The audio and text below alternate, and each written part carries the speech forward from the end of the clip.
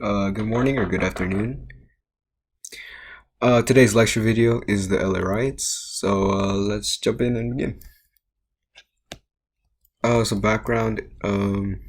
Before the LA Riots, which was in 1992, the case of Rodney King, which was in 1991, it surged um, in anger in the African American community, but as well in several people, as they felt there was an injustice that was taken upon this case.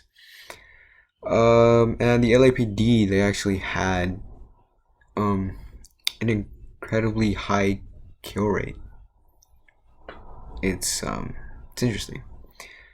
So some of the causes of the LA riots, as we mentioned, Rodney King's case, but as well Latasha Harlan's, the punishments of the police officers, which was later than seen by the people, and how the people reacted was one of the causes.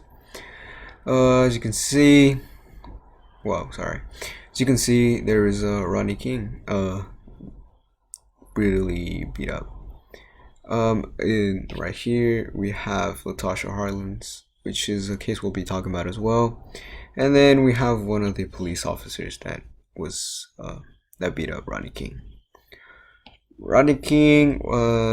So what had happened is he got pulled over, and then he was told to get out the car, so he did. And after he got out the car, the police officers started beating him up, but not with their bare hands, but as well with their feet and batons. And he was unconscious. When he got to the hospital, it's actually very surprising how he was able to survive. Once he came out the hospital, he was actually in a wheelchair. And yeah. Uh, this beating was actually caught on a tape, though. This person living in the apartments nearby got woken by the police sirens, and his name was George Holiday. He caught the footage off of his balcony. Um, and obviously this ended up being a case that brought a lot of attention. And then Latasha Harlan's. Her case actually happened after 13 days after Rodney King. She was a 15-year-old girl who was killed by a Korean woman who was the convenience store clerk. Her name was Sunja Do, or some. I'm sorry, I'm pronouncing that probably very incorrectly.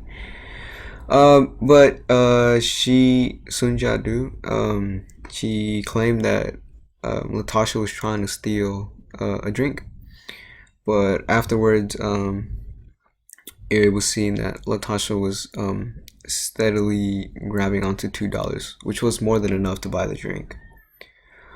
And well, she was later convicted of voluntary manslaughter. This obviously, as well, brought attention to what was happening. And actually, the police officers, after 7 days of deliberation, the jury found all four defendants not guilty. Even though they were not found guilty, there was still some charges, but some people found that these there were extremely light sentences, and so it brought a very angry community, especially in the African American community. They also expressed it as structural inequalities, and that it was a very flawed criminal justice system, and that it defined the racial hierarchy in our nation. Give me a second. I got a phone call. I gotta answer. A few moments later. Sorry about that phone call. Anyway, we will now be talking about the LA riots, damages, and costs now. The riots lasted several days, which ended up killing 50 people and another 2,300 injured. There was 1,100 buildings destroyed and looted, and the total property damage came to $1 billion. In a result to all the outcry from the community, the city had to do something.